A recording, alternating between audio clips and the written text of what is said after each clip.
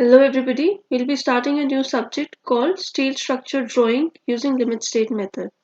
The prerequisites for the subject are IS 800-2007 and IS Handbook number 1, that is steel tables of any standard publication. So let's start. Steel Structure Connections. जब भी आप कोई steel structure design कर रहे हैं या आप उसकी कंस्ट्रक्शन कर रहे हैं तो हमारे पास एक लिमिटेड लेंथ के मेंबर्स अवेलेबल होते हैं मार्केट में और उन मेंबर्स को आपको जब आप कंस्ट्रक्ट करते हैं तो जॉइन करना होता है ताकि आपका जो स्ट्रक्चर है वो परफेक्टली तैयार हो सके। कई बारी हमें कॉलम्स को स्प्लाइस करना होता है। जब आप कॉलम बनाते हैं तो उसकी फाउंडेशन बनाने के लिए हमें उसके बेस तैयार करने होते हैं ताकि जो लोड है वो कॉलम से इजीली ट्रांसफर हो सके to the ground. Beam to beam connections बनाने होते हैं, जैसे कि आपके पास ये बीम है, आप चाहते हैं कि एक एडिशनल बीम ऐड हो जाए इन द परपेंडिकुलर डायरेक्शन, तो यहाँ पे आप एक मेंबर प्रोवाइड करेंगे, यहाँ पे आप एक मेंबर प्रोवाइड करेंगे। अब जब हम आरसीसी की बात करते हैं तो आरसीसी में तो हम कंक्रीटिंग करते हैं और वो मोनोलिथिक स्ट्रक्चर तैयार हो जाता है। बट जब हम स्टील स्ट्रक्चर की बात करते हैं तो स्टील स्ट्रक्चर में हमें यहाँ पे एडिशनल मेंबर्स प्रोवाइड करने होते हैं, बोल्टिंग प्रोवाइड करनी होती है या इन सम केसेस हमें वेल्डिंग प्रोवाइड करनी होगी टू मेक दीज कनेक्शंस। तो बीम टू बीम कनेक्शंस हो सकते हैं, बीम टू कॉलम कनेक्शंस हो सकते हैं, प्लेट गर्डर्स के कनेक्शंस हो सकते हैं। सो बहुत सारे कनेक्शंस है जो हमें डिजाइन करने होते हैं और उनको इजीली विजुअलाइज करने के लिए हम किसकी हेल्प लेते हैं, स्टील स्ट्रक्चर ड्राइंग की हेल्प लेते हैं ताकि हम बेटर अंडरस्टैंड कर सके इन सारे कनेक्शंस को।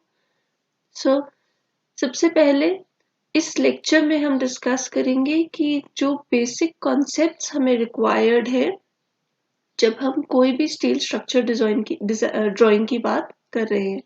फॉर एग्जांपल फास्टनर्स को आप और क्या बोल सकते हैं, बोल्ट्स भी बोल सकते हैं। फास्टनर्स सिंपली स्टील स्ट्रक्चर का जो नया कोड है IS 800-2007 LSM का जो कोड है उसमें बोल्ट्स को स्पेसिफिकली यूज ना करके हम क्या यूज करें, फास्टनर्स यूज करें, क्योंकि आप रिविट्स को भी यूज कर सकते हैं।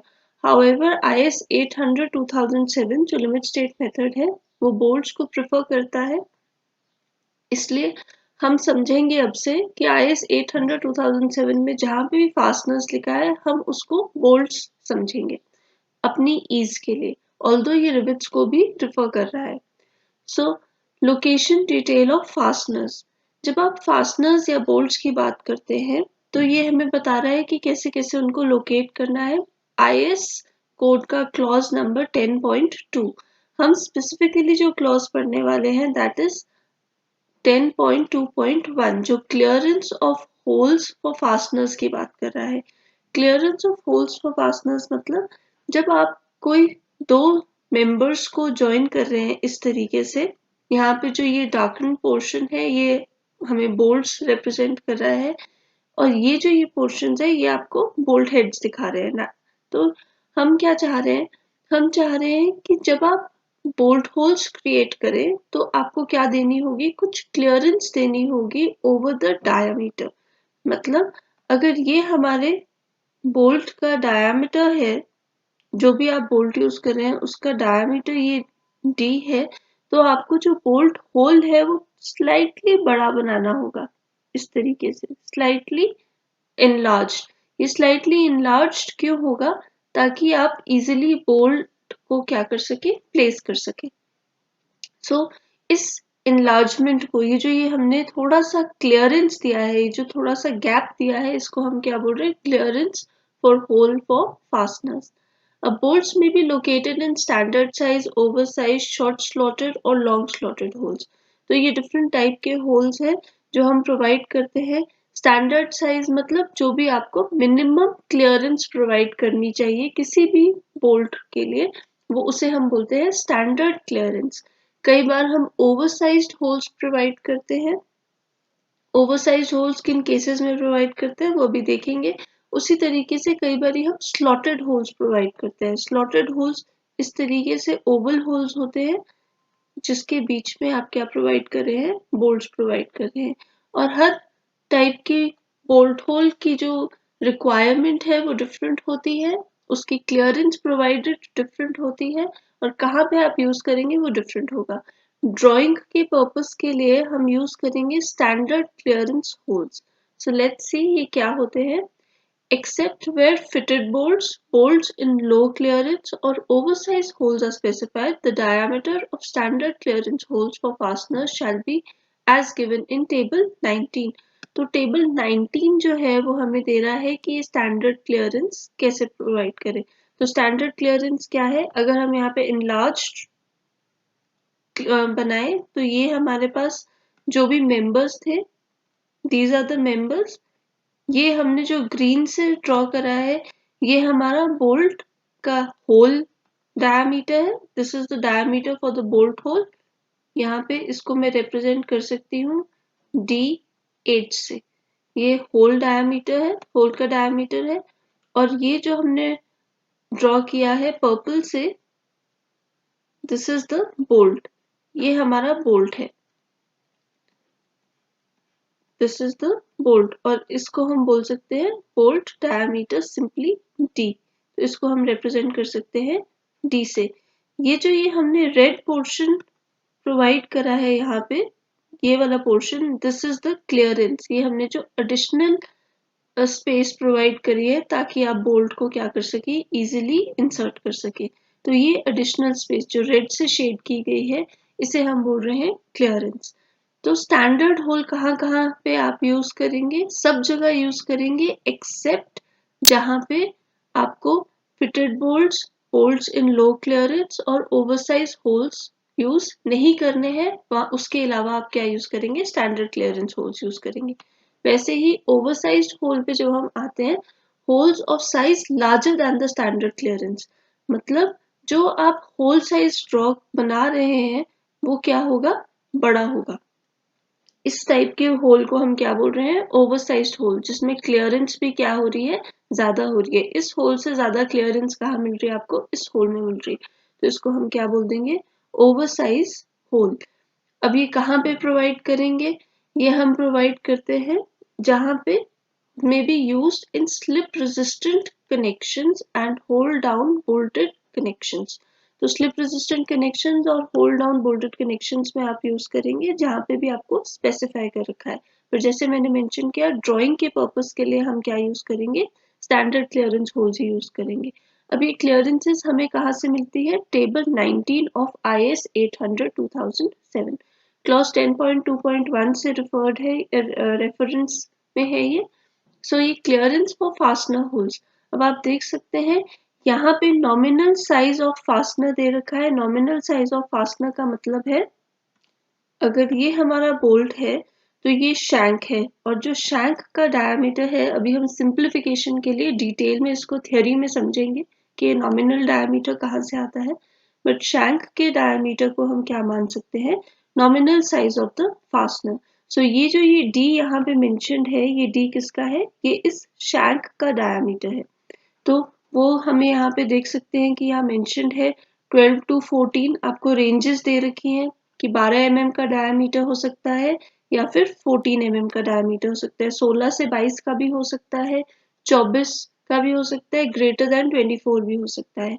तो ये आपको वेरियस डायमीटर्स हम प्रोवाइड कर दिए हैं। अब क्या है कि आपको साइज ऑफ द होल पता करना है। जैसे हमने ये देखा था कि ये DH कितना है, तो ये क्या हो जाएगा, साइज ऑफ द होल। तो यहाँ पे सिंपली उन्होंने फॉर्मूला दे रखा है कि size of the hole DH को आप लिख सकते हैं जो भी nominal diameter of the fastener, जो भी नॉमिनल डायमीटर हमें यहाँ से मिला है वो प्लस क्या ऐड करना है, क्लियरेंस ऐड करना है। तो जब आप नॉमिनल डायमीटर में क्लियरेंस ऐड करते हैं तो आपको क्या मिल जाता है, साइज ऑफ द होल मिल जाता है। तो क्लियरेंस कहाँ से मिलेगी, क्लियरेंस हमें मिलेगी इस टेबल से। इस टेबल से हमें क्या मिल रही है, स्टैंडर्ड क्लियरेंस, ओवरसाइज क्लियरेंस, या फिर clearance in the length of slot. Short slot है, लॉन्ग स्लॉट है, उस केस में क्या क्या क्लियरेंसेस प्रोवाइडेड है। सिंस हम स्टैंडर्ड क्लियरेंस यूज करेंगे ड्राइंग के केस में तो हम इसको डिस्कस करते हैं डिटेल में। तो आपको इस C की वैल्यू पता करनी है। अगर आपको ये C की वैल्यू पता है, आपको बोल्ट साइज पता है, आप क्या निकाल सकते हैं, diameter of the hole calculate कर सकते हैं। तो C की वैल्यू यहाँ पे दे रखी है इस टेबल 19 में। अगर 12 या 14 mm डायमीटर का आपका बोल्ट है तो स्टैंडर्ड क्लियरेंस कितनी रहेगी, 1 mm। ये वैल्यूज mm में है, सो 1 mm की स्टैंडर्ड क्लियरेंस ऐड करनी है। तो मतलब अगर आपका जो नॉमिनल डायमीटर है वो 14 mm है तो डायमीटर ऑफ द होल कितना हो जाएगा उस केस में, 14 प्लस 1। 1 कहाँ से आया, 1 टेबल से आया, तो आपका डायमीटर ऑफ द होल कितना हो जाएगा, 15 mm। सिमिलरली अगर 16 से 22 के बीच में आपका बोल्ट डायमीटर है, नॉमिनल डायमीटर है, तो आपको क्लियरेंस कितनी ऐड करनी है, 2 mm। सो सिंपली अगर डायमीटर लेट्स से 18 mm है, 18 mm के केस में डायमीटर ऑफ द होल कितना हो जाएगा, 18 प्लस 2। अब यहाँ पे हम 2 ऐड करेंगे क्योंकि ये इस रेंज में फॉल कर रहा है, तो अल्टीमेटली मेरा डायमीटर ऑफ द होल कितना हो जाएगा, 20 mm। सिमिलरली 24 mm का है अगर आपका बोल्ट नॉमिनल डायमीटर, तो भी आप 2 mm ऐड करेंगे। अगर 24 mm से बड़ा है आपका nominal size of the bolt, तो आप कितना ऐड करेंगे, 3 mm ऐड करेंगे to obtain the standard clearance. वैसे ही अगर आप ओवरसाइज क्लियरेंस प्रोवाइड करें तो इन क्लियरेंसेस को आप ऐड करेंगे इनके बजाय, and you will obtain the size of the hole. So this is the basic method to obtain the size of the bolt. इसलिए हमें ध्यान रखना है टेबल 19 का, क्योंकि हम इस होल डायमीटर को बहुत फ्रीक्वेंटली यूज करेंगे design as well as drawing के केस में। So let's move on. अब डिस्कस करते हैं what is gauge. Gauge is defined by clause 1.3.55 of IS 800/2007। वो बोलते हैं कि it is the spacing between adjacent parallel lines of fasteners। मतलब adjacent fasteners जो है, fasteners यहाँ पे हम बोल्ट समझेंगे, तो adjacent मतलब जो साथ साथ है, दो साथ साथ के जो बोल्ट्स है उनमें transverse to the direction of load और स्ट्रेस जो स्पेसिंग है उसको क्या बोला जाएगा, गेज बोला जाएगा। तो अगर हम देखें इस फिगर में तो this is the direction of load या फिर स्ट्रेस, ये डायरेक्शन है। Transverse to the direction of load मतलब उसके 90 डिग्रीज पे, डायरेक्शन ऑफ लोड के 90 डिग्रीज पे। तो अगर this is the direction of load तो उसके 90 डिग्रीज पे कौन सी डायरेक्शन है, ये वाली डायरेक्शन है। अब इस डायरेक्शन में जो भी दो फास्टनर्स होंगे एडजेसेंट मतलब एक साथ, उनके बीच का जो डिस्टेंस है उस डिस्टेंस को आप क्या बोलेंगे, गेज बोलेंगे। तो ये डिस्टेंस है perpendicular to the direction of stress, perpendicular to the direction of stress दो एडजेसेंट फास्टनर्स के बीच में जो स्पेसिंग है उसे हम क्या नाम देते हैं, गेज। क्लियर। अब जो है वैसे ही इसको हम डिफाइन कर सकते हैं कि ये गेज मिनिमम कितना होना चाहिए, मैक्सिमम कितना होना चाहिए। तो यहाँ पे बोला गया है the distance between centre of fastener shall not be less than 2.5 times the nominal diameter of the fastener. और मैक्सिमम स्पेसिंग के लिए बोला गया the distance between the centre of any two adjacent fastener shall not exceed 32 t or 300 mm whichever is less where t is the thickness of the thinner plate. तो ये दो clauses हैं जिनको हम डिटेल में डिस्कस करेंगे जब हम पिच करते हैं। तो गेज हमें समझना था कि गेज क्या है, दो फास्टनर्स के बीच में जो स्पेसिंग है उसे हम गेज बोल रहे हैं, बट ये स्पेसिंग कौन सी डायरेक्शन में होनी चाहिए, it should be at 90 degrees to the direction of load. अब ये क्लॉजेस है 10.2.2 और 10.2.3, ये मिनिमम स्पेसिंग और मैक्सिमम स्पेसिंग दे रहे हैं दो फास्टनर्स के बीच में, सेंटर टू सेंटर जो डिस्टेंस होगा दो फास्टनर्स के बीच में। तो मिनिमम स्पेसिंग को क्या बोल दें, अगर हम यहाँ पे लिखते हैं जी मिनिमम, तो जी मिनिमम कितना हो जाएगा, 2.5 times the nominal diameter of the fastener. तो simply 2.5 times the diameter of the bolt, ये जी मिनिमम हो जाएगा। वैसे ही जी मैक्सिमम की वैल्यू हमें दे रहा है कि it is the distance between the centre of any two adjacent fasteners.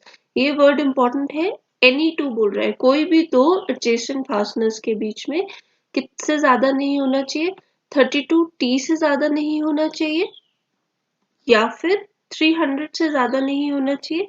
इन दोनों में से कौन सी वैल्यू, जो भी वैल्यू क्या होगी, कम होगी, which ever value is less. और टी क्या हो जाएगा, टी होगा टी मिनिमम, जो भी पतली मेंबर होगा उसका आपने टी लेना है। फॉर एग्जाम्पल अगर मैं इसकी वैल्यू को, इस की थिकनेस को बोलूं 10 mm, इसकी थिकनेस को बोलूं 8 mm और इसकी थिकनेस को बोलूं 12 mm, तो आप कितनी ले सकते हैं, जो भी इनमें से मिनिमम होगी। तो मिनिमम वैल्यू क्या है, 8 है, तो इस केस में टी क्या हो जाएगा आपके पास, इक्वल टू 8 mm। तो जो भी आप मेंबर्स ज्वाइन कर रहे हैं उनमें से जो मिनिमम थिकनेस है उस थिकनेस को आपने लेना है और उसको 32 से मल्टीप्लाई कर देना है। जो इस केस में 8 है तो मैं जी मैक्स लिख सकती हूँ, g max will be equal to 32T। 32T means 32 into 8 which is equal to 256 mm और 300 mm।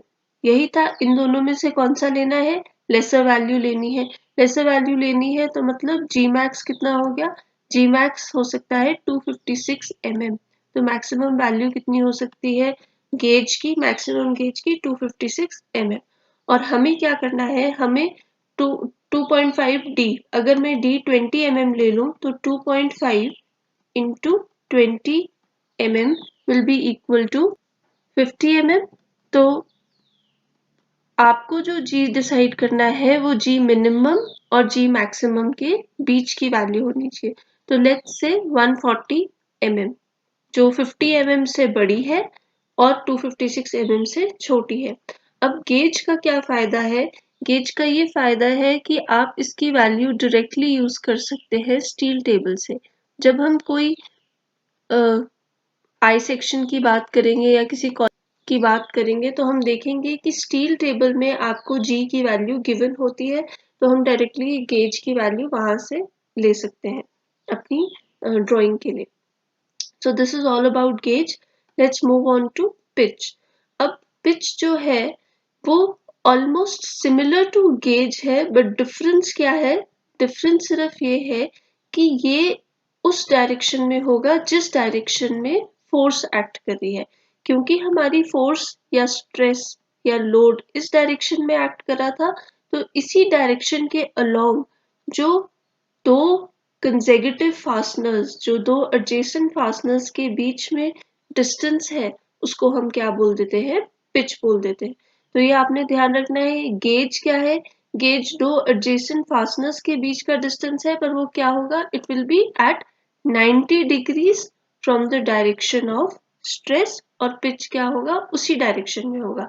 तो पिच को कैसे डिफाइन कर सकते हैं, as the centre to centre distance of bolts measured along the length of the member or connection, along the length of the member or connection, या फिर in the direction of force. So this is all about pitch. अब simply जब हम minimum spacing की बात करेंगे तो आप देख रहे हैं कि जो पिच के लिए हम क्लॉज यूज कर रहे हैं, पिच मिनिमम पिच ऑब्टेन करने के लिए, पी मिनिमम ऑब्टेन करने के लिए, वो वही है जो हमने मिनिमम गेज के लिए यूज करा था। क्योंकि इन क्लॉज 10.2.2 में कहीं पे भी डायरेक्शन नहीं मेंशन करी है फोर्स की, तो यहाँ पे सिंपली लिखा गया है the distance between centre of fasteners. तो ये पिच के लिए भी वैलिड है, ये गेज के लिए भी वैलिड है। तो मिनिमम पिच कितनी हो जाएगी, 2.5 times D, the nominal diameter of the fastener. अगर डी आपके पास 20 mm है तो मिनिमम पिच कितनी होगी मेरे पास, 50 mm। तो मिनिमम डिस्टेंस जो आप इन दो बोल्ट्स के बीच में प्रोवाइड कर सकते हैं वो कितना होगा, 50 mm।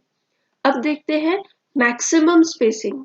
मैक्सिमम स्पेसिंग क्लॉज 10.2.3.1, ये वाला जो क्लॉज था ये तो किसकी बात कर रहा था, गेज की बात कर रहा था। पर क्लॉज 10.2.3.2 किसकी बात कर रहा है, पिच की बात कर रहा है। तो ये इंपॉर्टेंट है। कैसे हमें पता लगा, यहाँ देखते हैं। the distance between the center of two adjacent fasteners in a line lying in the direction of stress. यहाँ पे उसने मेंशन कर दिया है कि वो कहाँ की बात कर रहा है, in the line lying in the direction of stress. जब वो डायरेक्शन ऑफ स्ट्रेस की बात कर रहा है तो कौन सा डिस्टेंस हो गया, ऑटोमेटिकली ये वाला डिस्टेंस हो गया जो पैरेलल है स्ट्रेस के। तो उस डिस्टेंस को हम क्या बोल रहे हैं, पिच बोल रहे हैं। यहाँ पे वर्ड भी यूज कर रहा है पिच। अब बोलता है कि ये जो पिच है ये नहीं एक्सीड करनी चाहिए 16T और 200 अगर कैसा मेंबर है, टेंशन मेंबर।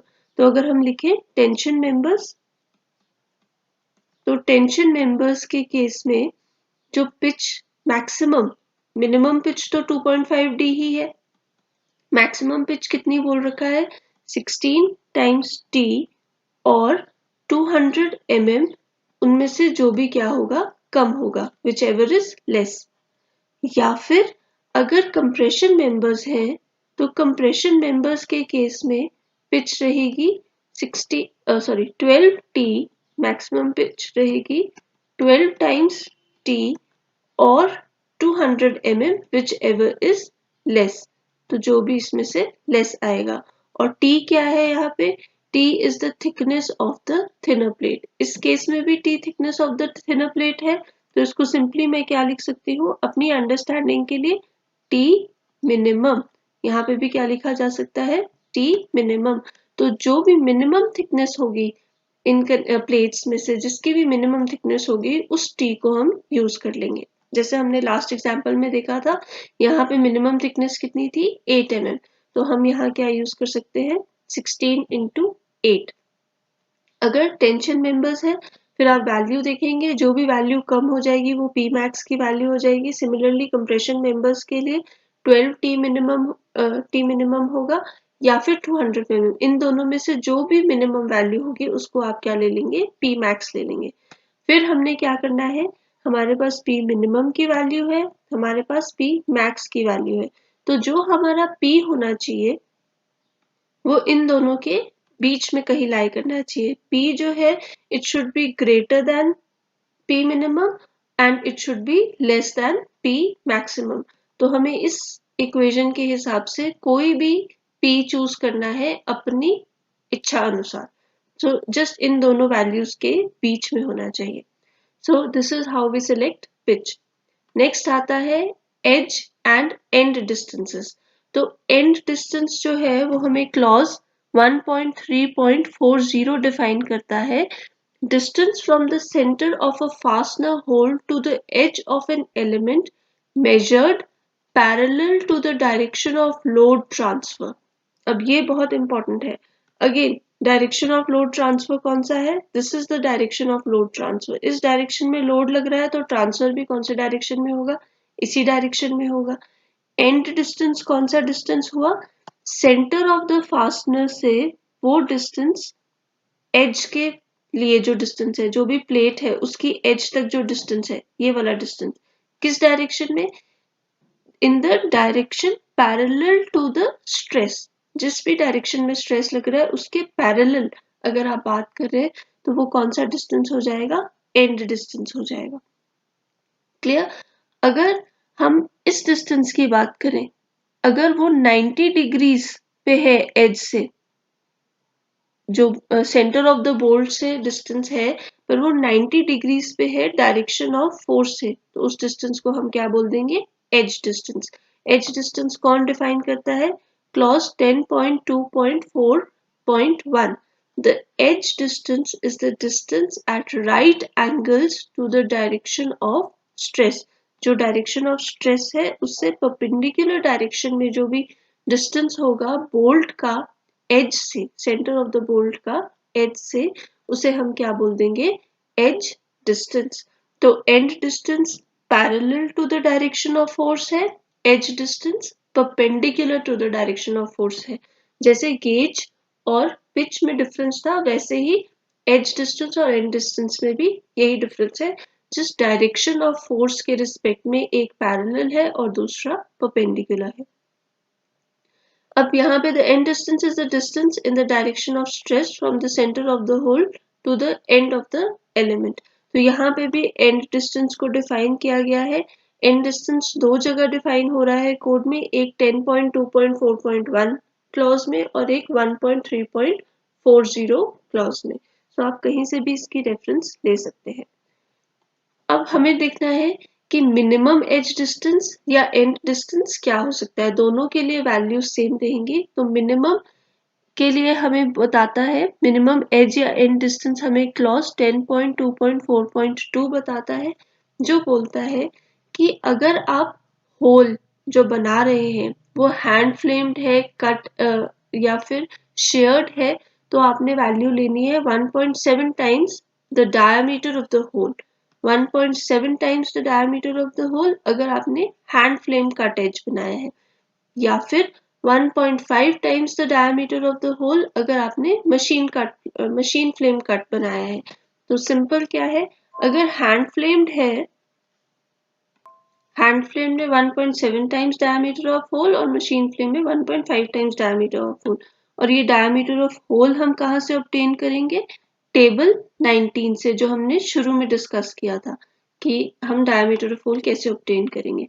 मोस्टली हम क्या यूज करते हैं, हम मशीन फ्लेम एजेस कट्स और बोल्ड होल्स यूज करते हैं. तो हम जनरली क्या वैल्यू यूज करेंगे, 1.5 टाइम्स DH. ये किसकी वैल्यू है, मिनिमम एज डिस्टेंस की. तो ये हमें वैल्यू दे रहा है मिनिमम एज डिस्टेंस की. वैसे ही मैक्सिमम एज डिस्टेंस कैसे मिलता है हमें, मैक्सिमम एज डिस्टेंस का फॉर्मूला दे रखा है 12 टाइम्स T इंटू अपसाइलम. तो E मैक्स अगर मैं लिखूं तो E max is equal to 12 times T epsilon. अब अपसाइलम क्या है, अपसाइलम आपको दे रखा है यहाँ पे ही, epsilon is 250 by FY under the root. तो इसको हम लिख सकते हैं under the root of 250 divided by FY. FY क्या है, यील्ड स्ट्रेस. जो भी मटेरियल आप यूज कर रहे हैं उसका यील्ड स्ट्रेस, उसको 250 से आपने क्या कर देना है, डिवाइड करना है 250 को यील्ड स्ट्रेस से, और उसका क्या ले लेना है, अंडर रूट. क्योंकि हम माइल्ड स्टील यूज करते हैं तो माइल्ड स्टील का FY यील्ड स्ट्रेस कितना होता है, 250 ही होता है. सो अगर मैं फॉर्मूला में पुट करूं तो 250 divided by 250 under the root क्या हो जाएगा, under the root of 1 which is again equal to 1.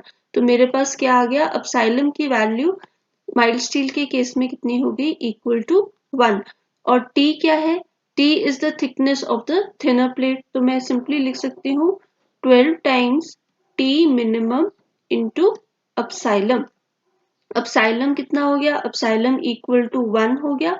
T minimum आप देख सकते हैं और 12 से उसको मल्टीप्लाई कर देंगे तो आपके पास क्या आ जाएगा, E मैक्स की वैल्यू. सो अगेन मेरे पास क्या हो जाएगा, E मिनिमम और E मैक्स के बीच में मुझे कोई एक वैल्यू लेनी है एज डिस्टेंस और एंड डिस्टेंस की, जो फॉल करे, ताकि मेरा जो बोल्ट्स हैं वो इजीली प्लेस किए जा सके. सो आई होप आपको ये लेक्चर समझ आया होगा. इसमें हमने कवर किया bolt diameter, hole clearance, pitch, gauge, end distance and edge distance. Drawing point of view से थ्योरेटिकली जब हम इसको डिस्कस करेंगे, थोड़ी और डिटेल में डिस्कस करेंगे, थोड़े और क्लॉजेस डिस्कस करेंगे. So stay tuned for that and thank you.